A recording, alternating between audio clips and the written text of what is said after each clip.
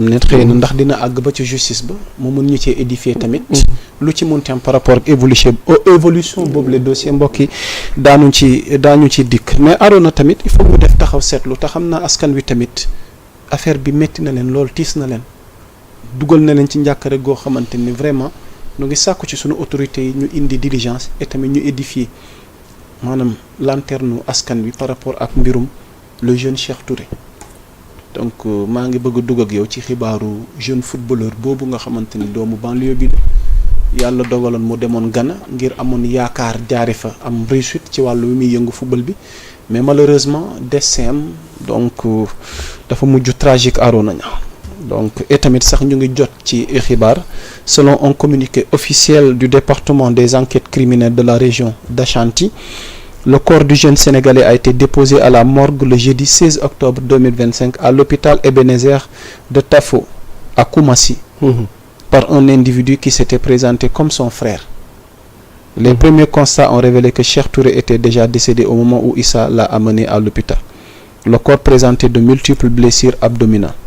Au moment des faits, rapporte l'observateur, Issa avait déclaré au personnel médical que la victime avait été impliquée dans un accident sans préciser la nature ni les circonstances. yomb na trop. waaye nag comme mbir mi ngi ci loxol yoon foofu waa Ghana et tamit ñun sunu autorités yi via sunu ministère des affaires étrangères ñoom nee nañ ñu ngi en contact ak autorités ghanéennes yi pour que lumière soit faite sur ce dossier. mais Arona xam naa tey moom di nga def taxaw seetlu gu xaw a yaatu coowal ndaw yi am yaakaar ci football bi bëgg cee réussir. ñi leen di dig des lendemains meilleurs di leen di dig ay tests di leen di dig ay tukki di leen laaj xaalis nakate lakalal yépp Arona Niang arnaque la souvent escroquerie la ñu ci bëri seen bakkan da ciy des ñuy woo seen mbokk ñoo tee seen doom dugal leen xaalis lu ko mooy dinañ ko faat Arona déjà bi nga yëgee xibaar gi yow it ku ràññeeku nga ci wàllu football ci banlieue bi ndax ku bëgg football nga am ci taxawaay ci AS Pikine phénomène gii tey ban taxaw seetlu lañ ci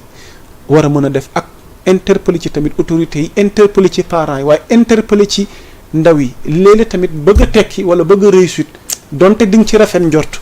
jarut a sacrifier tamit sa bakkan mbir mi Arona ban jàngat lañ ci war a mën a def vraiment. yaa Moussa jàngat bi yaatu na gudd na aussi perplexe na complexe na parce que ça touche à la fois beaucoup de secteurs les parents, la société, l'État, l'éducation, la formation, la sensibilisation, le sport, ceux qui gèrent nos sports, la conscientisation, l'éveil de la jeunesse, le patriotisme, la diplomatie, la psychosociologie, la socioculturelle, voilà ba ci école bi ba ci secteur yi fi mu laal dafa yaatu tellement ba boo doon def point yi lii rek bon xanaa peut-être pour beneen chroniqueur wala pour beneen présentateur mais man lii rek mënoon naa def sujet 1 heure de temps diviser ko en 7 points mais temps bi duñu ko may on va essayer de le faire peut-être en 5 minutes max 5-10 jàngat bu njëkk bi dinaa ci boo ma ko mayee dinaa def analyse bi diplomatie entre Ghana et Sénégal. Allez-y. Dinaa def aussi position ghanéen yi nekk au Sénégal dinaa def aussi jàngat bi nga xamante ni ci wàllum formation la ak ci wàllum sensibilisation de la jeunesse. mais dafa am secteur bu may dut baaraam d'abord ba pare balaa maa ñëw ci décès Cheikh. di ko ñaanal yàlla xare ko ajana suuf sedd ci kawam. saraxam yàgg ci ay loxo way juróom lépp lu mu doon bëbët ci kaw suuf pour teral yaayam yàlla na ko yàlla defal yaay ji ci yeneen voies et moyens yàlla na yàlla defal yaay ji mu am xolum muñ parce que ni ma ko déggee mooy suul na rakkam bu jigéen bu yàggul moom it mu ñëw tegu ci te mu nekkoon ku nga xamante ni yaakaar la woon jàppoon ni war na cee mën a génn bay fayee ko ay millions wala ba am as tuut gu nga xamante ni da koy yóbbul yaay parce que soo xoolee doom bu góor surtout doom sax ci boppam d'une manière générale dawam gu bari gi xeexam gi yëpp yaay la ciy sóoraale. donc yaay aussi ak nu mel ak doom parce que yaay mooy seul être bu nga xamante ni bëggul doomam torox wala mooy ñaan yàlla bu dee amee mu ne yàlla rey ma bàyyi sama doom dund. donc yaay ñu ngi lay masawu yow it ñu ngi lay masawu parce que ku mu daloon nga séngéem ku mu daloon nga daanu masa coono di defaat un autre appel pour que képp kuy influenceur wala képp kuy porter voix wala képp kuy wax ñi nga xamante ni seen kàddu peut-être am na fukki nit yi leen di déglu ñu ne ci TikTok beeg WhatsApp beeg internet beeg Facebook beeg YouTube ak foo mën a ne ak koy nga ak poste de responsabilité boo mën a am autorité boo mën a doon ñu ngi lay ñaan nga yéey ci yàbbi donte bu dee français la wala olof ñu waxandoo ko parce que sunu doom lan faat te bu nu seetaanee ñeneen ak ñeneen dina leen def même liñ def nii donc ñu ngi wax sénégalais yëpp ñu jug porter ce discours pour que justice soit faite mais aussi que l'état du Sénégal teg loxo jàppale yaay ji mooy teg ko loxo jàppale ko mu jug jàppale famille mais aussi. foofu continuer enquête bi gis naa benn cagnotte bu ñu lancé. damay bañ a def publicité. ok pour apporter. soutien ci famille bi wax nga. loolu la ko état bi point bu am solo moom sax ma dolli la ko ci à titre d'information damay bañ a tudd. turu réseau boobu nga xamante ne dafay yëngu ci marketing de réseau waaye il paraît que ils sont impliqués ci mbir mi et déjà sax libéré nañ 26 victimes ci wàllu traite humaine 10 Ivoiriens 16 Ghanéens liés maanaam tey à cette structure bi nga xamante ne nii dafay yëngu ci marketing réseau structure bu siiw la. n'est-ce pas. waaye arrêté nañ 9 suspects yoo xamante ni mbir mi dafa coïncider ak mort bi nga xamante ni ci nga toll ni du joueur sénégalais du jeune joueur sénégalais Cheikh Touré fële ca Ghana potentiellement victime d'extorsion en tout cas enquête conjointe moo am comme ni nga ko waxee par la voie de la diplomatie entre le Sénégal et le Ghana donc Arouna xam naa ci biir leeral gi foog nga def taxaw seetlu ci sunu société yooyu nga xamante ni c'est des sociétés d'arnaque ñu naan dañuy yëngu ci marketing de réseau jàpp doomi réew mi di leen arnaque waaye tamit nag nga baal ma waaye tamit léeg-léeg nit ñi dafa mel ni dañuy yombal ñële liggéey gi nii def da nga xamul ndax dañ leen liggéey da nga xamul kenn xamul fu leen jaar parce que souvent sax schéma yi ñuy teg ak argument yi ñuy teg boo dee borom xel gu xelu di nga xam ne ñii vraiment ay dóorkat leen koo Arouna Niang moom mooy li nga fi bu nu continuer bu nu yeggalee fi nga daanelee bu nu yeggalee fi nga daanelee da ngay gis ni adduna bi jamono ji dafa am ñetti produits yu ñuy jaay yi nga xamante ni adduna bi yëpp ko bëggandoo ñëpp koy jënd léegi tubaab bi dañ ciy investir alal gu bari arnaqueurs yi aussi suivre logique bi businessman yëpp ci logique boobu la ñuy dox les 3 produits les plus vendus actuellement dans le monde sont le temps les émotions le temps su ma expliquer le temps mooy xoolal service express yi mooy li nga xamante ni livraison la soit par internet par avion par maritime par téléphone par moto wala par taxi temps bi nit ñi dañoo nekk di ko jënd dafa cher parce que 24 heures yi jour bi day gaaw ba yow say soxla mënoo defandoo lépp donc boo amee lu nga xamante ni dala koy defal livraison moo tax ñu tuddee moto yi wala kii cak-cak mooy rak-rak mu daw indil la ko wala rak-tak ba ci am na ci yoo xamante ne ay rak-tak lay tudd ay tap-tap ay tak-tak gis naa gaaw ay gaaw waaw xaw mu bees la maa ngi tuub bu reen donc yooyu yëpp pour jënd temps bi la parce que xam na ni diggante bi ngay yeewu fajar 6 heures 7 heures 8 heures ba bi ngay tëdd 20 heures am ngay soxla yu bari yu nga xamante time is money yi américain yi le temps c'est de l'argent li yow doo jeexal li nga waroon def ci journée bi su ko defee lépp lu lay perte loo temps wala lépp lu nga xamante ni da lay yeexal yow loolu da nga koy dagg moo tax américains yi créé fast food lekk bu gaaw mooy dem ci bopp koñ bi heure de pause 15 minutes nga génn sa bureau wàcc ci suuf dem mu jaay la ñaari sandwich affaire yooyu boisson ndox nga lekk naan yéegaat parce que xam nañ ni jot boobu dafa xaalis la booy bàyyi muy dem bu dee fii la boo ñëwee da ngay jël pause toog lal taxaw raxasu génnee kuddu toog xaar añ macaat laal lawal 2e 3e sieste jël ñaari kaasu soow fudd jug dem yónnuwaat tuuti tàppe ñaari bouton 5 heures jot nga jël sa saak génn dem na liggéey ga alors que liggéeyoo moo tax ñu nekk en retard léegi le temps boobu noonu nga xamante ni dafa cher dañ koy jaay nit ñi dañ ciy dox beneen produit bi nga xamante ni aussi àdduna bi ñu ngi koy jaay mooy les émotions émotion dafa jar jamono ji tout ce qui touche au sentiment spiritualité sensation sa sensibilité yëg-yëg touché mooy luy génnee sa sentiment say jooy say naqar sa tristesse sa contentement aussi émotion aussi dafa jar dañ koy jaay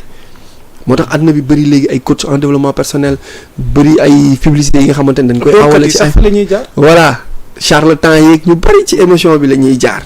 gis nañ ni waaw ak beneen bi nga xamante ni c'est le succès mooy la réussite mooy le rêve ñii nag malheureusement société yi arnaque ñoom dañuy dox ci yooyu danoo boole ñett yëpp danoo dajale succès wala yoon bi jël émotion indi teg da nga war a dimbali sa yaay nii nangam sangam gisoo ni mu sonnee mais aussi dañuy jël temps bi mooy yow xale bi yaa ngi am 17 ans 18 ans fi nga war a jaar fii ak 27 ans 28 ans ba 30 ans pour tekki doo ko xaar au lieu que nga tarbiwu répéter ramper dox échelonner avec le vécu pour àgg fa da nga koy talzam temps bi nga tënk ko jóge ci 17 ans dal automatiquement ci 20 ans jóge ci 20 ans dal ci 25 ans mooy la nga waroon def ci 10 ans ci jaar-jaar ci mooy moo tax sans sub taalibe am solo nit day doon taalibe su bëggee doon sëriñ mooy da ngay tarbiwu dara doon taalibewu kenn am wasila am buntu ba koroog ngay doon jëwriñ wala suu jëwriñ ainsi de suite ba koroog ngay am benn station bi jeunesse bi léegi amatuñu jot boobu population bi léegi amatuñu loolu xaar boobu pour fekke ko amatuñ ko parce que on leur vend le luxe on leur montre que le luxe existe et tu peux l'avoir en un temps record très court tu peux accéder au sommet léegi société arnaque yi ak ñi nga xamante ni dañuy dox ci lépp loo xamante ni si njubadi la wutum xaalis dañoo jël programme yi inclure ko ci seeni business exposer ko à la pauvreté parce que ki ndóol xiif amul lu mu lekk dafay yàkkamti am boo boole pauvreté boole misère boole précarité jafe-jafe yi na ma dannuma waaw ak promiscuité soo amul tuuti ngëm nga barasi ko ci suñ la wanee yoonum tekki da ngay jug parce que jaay nañ la benn rêve luxe nga xool gis ne ay ci ay matt ngay tëdd ci ay yoo ngay tëdd ci ay mbott yu ngoq ngay fanaan ci néeg bu xat nga dëkk problème mu café Touba da nga koy am da ngay am problème mu añ ba suur suba nga dégg ni agressé nañ kii ndax juróomi dërëm rey na ko ndax dafa ne ko Barça laa faral Real du dara mu jam ko du Real ak Barça tax mu jam ko mais la mu fanaanoo moo fees ci bopp bi ba attanu ko su ko waxee lu tàng xolam mu dóor ko clé à molette wala mu dóor ko paak yooyu noonu nga nekk ci benn ki nga gis benn copain mu wala spécimen la spécimen de réussite ñu rocc ko sur 1000 boo demee dans nos quartiers Yëmbal Pikine Thiaroye Diamaguène Sicap Mbao Malika Kër Massar foofu on est dans une promiscuité ak benn précarité bu nga xamante ni da ngay jël 1 sur 100 bu nekk benn kii quoi ku nu war a cadre wala bu nu war a mën a roy donc yow bu la gëmloo ni war nga mën a mel ni kii yegg fii nga yegg fii mu yegg ni ci voie bi soo amul imaan amoo yaqin amoo dëgërwaay dëgg mooy li ñu doon tudd léegi spiritualité ak wasila ak kilifteef ak yar ak vécu da ngay jàpp ni mën naa ne da ngay jug daw maintenant société de arnaque yooyu ngay gis noonu yëpp ñu ngi ciy dox ba pare ci biir doxin boobu noonu dafa amaat beneen business bu gën a fort business boobu muy trafic d'être humain waxtaane woon naa ko fii man ak Penda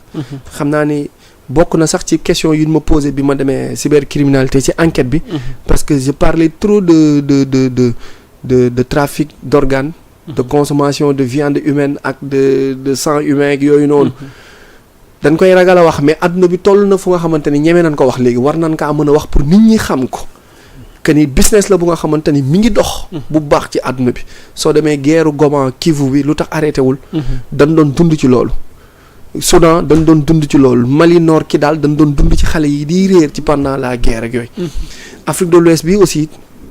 am na ñu koy def mais ci beneen mécanisme mooy ci société arnaque yi nii la ñuy jaar pour mbaal ay gone yanu leen yóbbu leen dugal leen ci benn circuit bu nga xamante ni doo xam naka leen ciy génne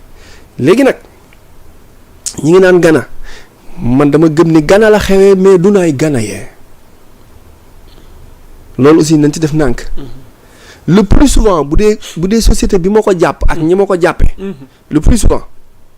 c'est des Béninois, des Togolais, des Guinéens, des Gabonais, des Ivoiriens. Parce que anglophonie, Sierra Leone, Libérien, Ghanéen, Nigérian, ñooñu ñi ngi ci trafic organe bi. mais ci pas ci trafic bi ma njëkk wax mooy jaay la sentiment jaay la luxe ñoom ci organes yi la nekk ak ci informatique bi ñoom ci dóor boobu lañ gën a gaaw mais bu dee francophonie ñoom ñoo dugg ci lobby organisation boobu noonu ñi ngi Mbour ñi ngi Saint-Louis ñi ngi Ziguinchor ñi ngi Dakar ñi ngi dans la banlieue ñi ngi amassé pas mal de jeunesse di def benn mécanisme bu tudd up down ak down up xam nga ni ngay waxateeti mooy yow koo indi dafa war a indi keneen kooku indi keneen léegi yow sa arbre day yaatu da ngay am ci pourcentage kenn ku nekk koo indi bu dee Bamba moo indi Cheikh indi Momo indi Lamine indi Demba donc Bamba day yéeg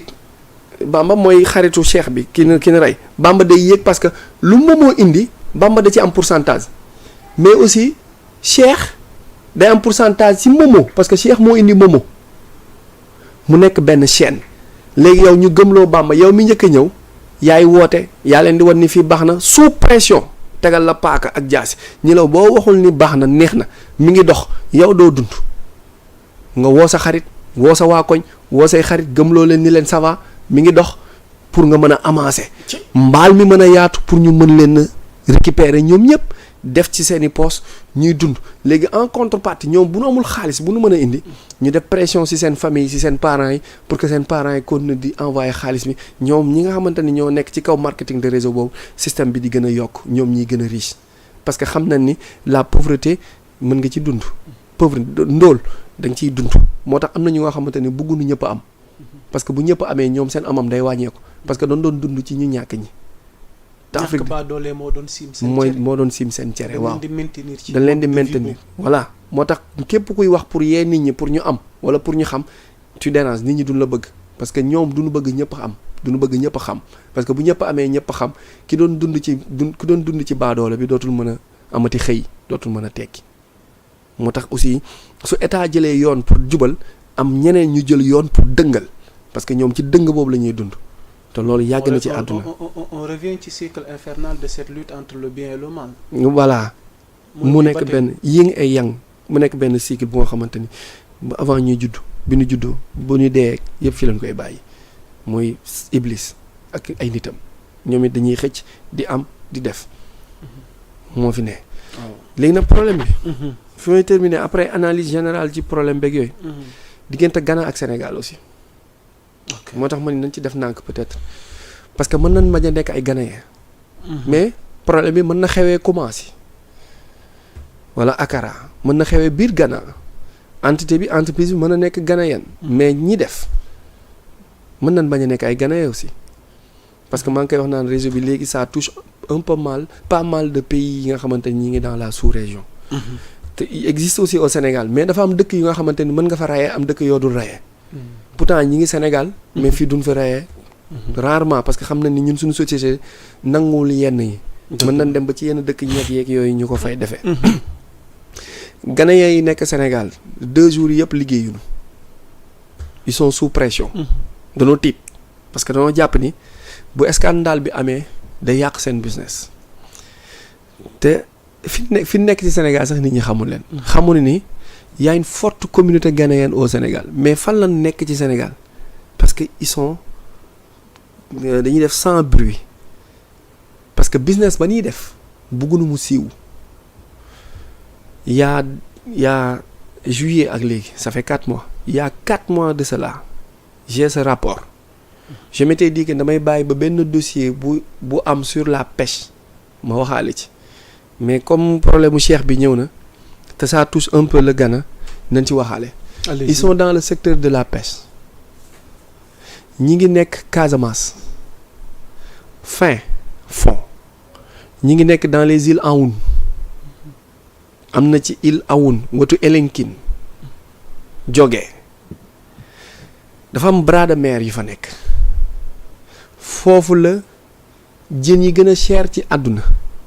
nekk mooy sud Kafountine diggante Gambie Casamance ak Guinée-Bissau di nene xam nga jën yi na la tudd ñaari jën la benn bi cokkeer la tudd benn bi gaynde géej la tudd ñaari jën yooyu surtout cokkeer bi xam nga kilo laaf bi lu muy jar 75 000 francs laafu jën bi kilo bi 75 000 francs lay jar. au Sénégal. su yeggee Koumassi wala Accra. 100 000 francs la fay jar. laaf bi xam nga lan moo ci nekk yaa Moussa aphrodisiaque mooy yokk ngóor. laafu jën bi pas cher bi rek laaf bi rek 75 000 francs la kilo bi di jar fii aphrodisiaque lañ ci def beneen produit bi xam nga la bu nu opéré nit caas bi ñu koy ñawee fil bi ñu koy ñawee pour que après fil bi mën a maase ak yaram bi ci laafu jën boobu ñuy wax cokkeer lay jugee ak gaynde géej 75 000 francs lay jar yi nga xamante ne dañ koy weer mu nekk géej géej bi mi ngi jar kilo bi 10 000 francs kilo bi 10 000 francs ici 50 camions de 35 tonnes ñooy génn chaque mois plus yeneen 50 bateaux yi nga xamante ne de 20 mètres dañuy jaar entre Guinée-Bissau Guinée Conakry Sierra Leone Libéria Togo Bénin dem Ghana. Ghanéens yi ñooy def système boobu noonu ñoo téye foofu soo demee dans les îles Aon la population ghanéenne moo ëpp la population Joola ñoo tabax jàkk yi ñooy financer école yi. ñooy takk ci jigéen ñi joolaay ñoo yor société ñoo yor économie de ces îles entre Elinkine Diogué Aoun sud du Sénégal parce que ils ont compris le business ce que ça rapporte. xam nga ñan ñooy def bis ñan ñooy dawal oto yi. des Maliens benn trajet bu ne xam nga ñaata la leen di fay. 3 millions de francs CFA. parce que sénégalais yi seen camions yi baaxul. day am ay panne wala ñu dóor la. comme xam nañ ni Sénégal bi mën na laa dóor wala à tout moment camion bi mën na panne frigo bi yàqu seen produit yi seey ñu jël maliens yi nga xamante ni ñoom seen àdduna yëpp dawal camion la ak ñeme jënd camion bu bees. maliens yi di fayeeku 3 millions par trajet. ñuy ramasse 50 camions de 35 tonnes. benn tonne bu ne 1000 kilos kilo bu ne 75 000 francs. ça fait rapporter des milliards par année. ñu koy yanu du yàpp ci ay bateau ñu koy yanu du yàpp ci gaal 20 mètres. di ko yóbbu ak di ko yeb ci camion malien yi di yóbbu Ghana ak Burkina Faso parce que ñoom dañoo xam jën te ñoo nu gën a sawar ci lépp loo xamante ci wàllum jën la donc ñoom business boobu duñu bëgg mu yàqu duñu bëgg mu siiw bëgguñu kenn xam ko ñi ngi au fin fond de la Casamance làqatuñu pat di ramasser di yanu di yóbbu donc ñoom ces 2 jours là amuñu jàmm parce que histoire booy bii ñu rey daf leen tiital parce que xam nañ ni seen dund ay communautés et des communautés ñu ngi ko yaakaar ci les eaux casamançaises qui produisent les plus gros et les plus grands et les plus bons poissons en quelque sorte de l'Afrique de l'Ouest. On a tout, la Casamance a tout, mais malheureusement la Casamance n'a rien. La Casamance reste pauvre parce que jusqu'à présent l'État du Sénégal n'a pas encore assisté la jeunesse casamançaise, la population casamançaise à ce que ñu mën a dem ci élevage ci agriculture ak ci pêche parce que am nañ ñett yooyu yëpp. Au Sénégal on a 27 sites 27 quais 27 sites yoo xam mënoon nañ leen def quai mais surtout Kafountine bi moo ci gën a dense moo ci gën a riche en quelque sorte moo tax gën a xam ko ñoom ñi ngi fa di ramasser nos poissons di yanu du yóbbu. Ok. C'est important alors juste pour terminer tamit defe naa Arona Niang dañuy ndaw te war na la surtout yow par rapport ak programme yi ngay amee di faral di jëflanteeg ndaw ñi que cette recherche effrénée maanaam teraanga yi àddina nañ ciy moytandiku tamit mu bañ ñoo yóbbu ci yenn facilité yi waaw du loo gis ni rek yaakaar ni war na la mën a jox teraanga rek maanaam tout ce qui brille souvent n'est pas de l'or donc gis naa ko ci commentaire yi ñu ci bëri di ci taxaw seetlu ba ciy joxoñ sax baaraam maanaam responsabilité parents yi surtout waaw waajur yi moom danoo sonn ndeysaan ndax lu xew lu ne rek seen responsabilité la parce que ndaw mii nga xamante ni tey bu waajuram xamoon ni koppar googu muy génne di ko dugal ci tukkeem gi xam nga ne Arona du ko génne waaw bu ko wóoroon ni ko bu génnee xaalis dugal ko ci tukki doomam gi fii la mbir yi di mujjee man xam naa ne du ci def dërëmam ak ñaar dërëmam jamono lëndëm na ñun ndaw yi jaxasoo nañu ku ne ci ñun bëgg nga tekki bëgg nga siiw bëgg nga am teraangay àddina mais souvent Arona Niang à quel prix moo tax xam naa tey balaa ñuy yëkkati jotaay bi ci sunu point ni ñuy tuddee développement personnel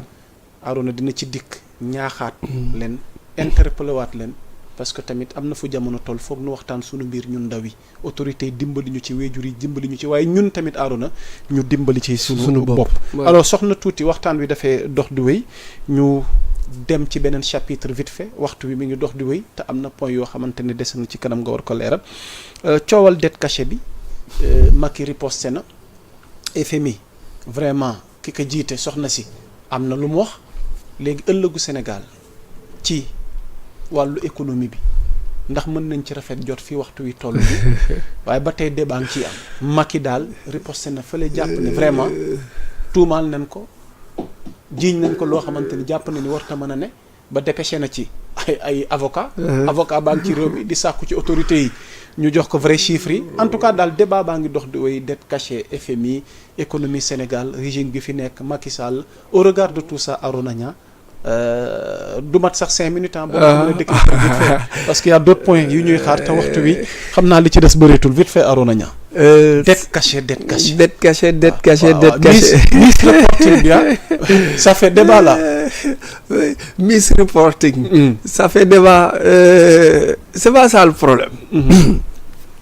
je pense qu'on est en train de faire une répétition on répète aussi parce que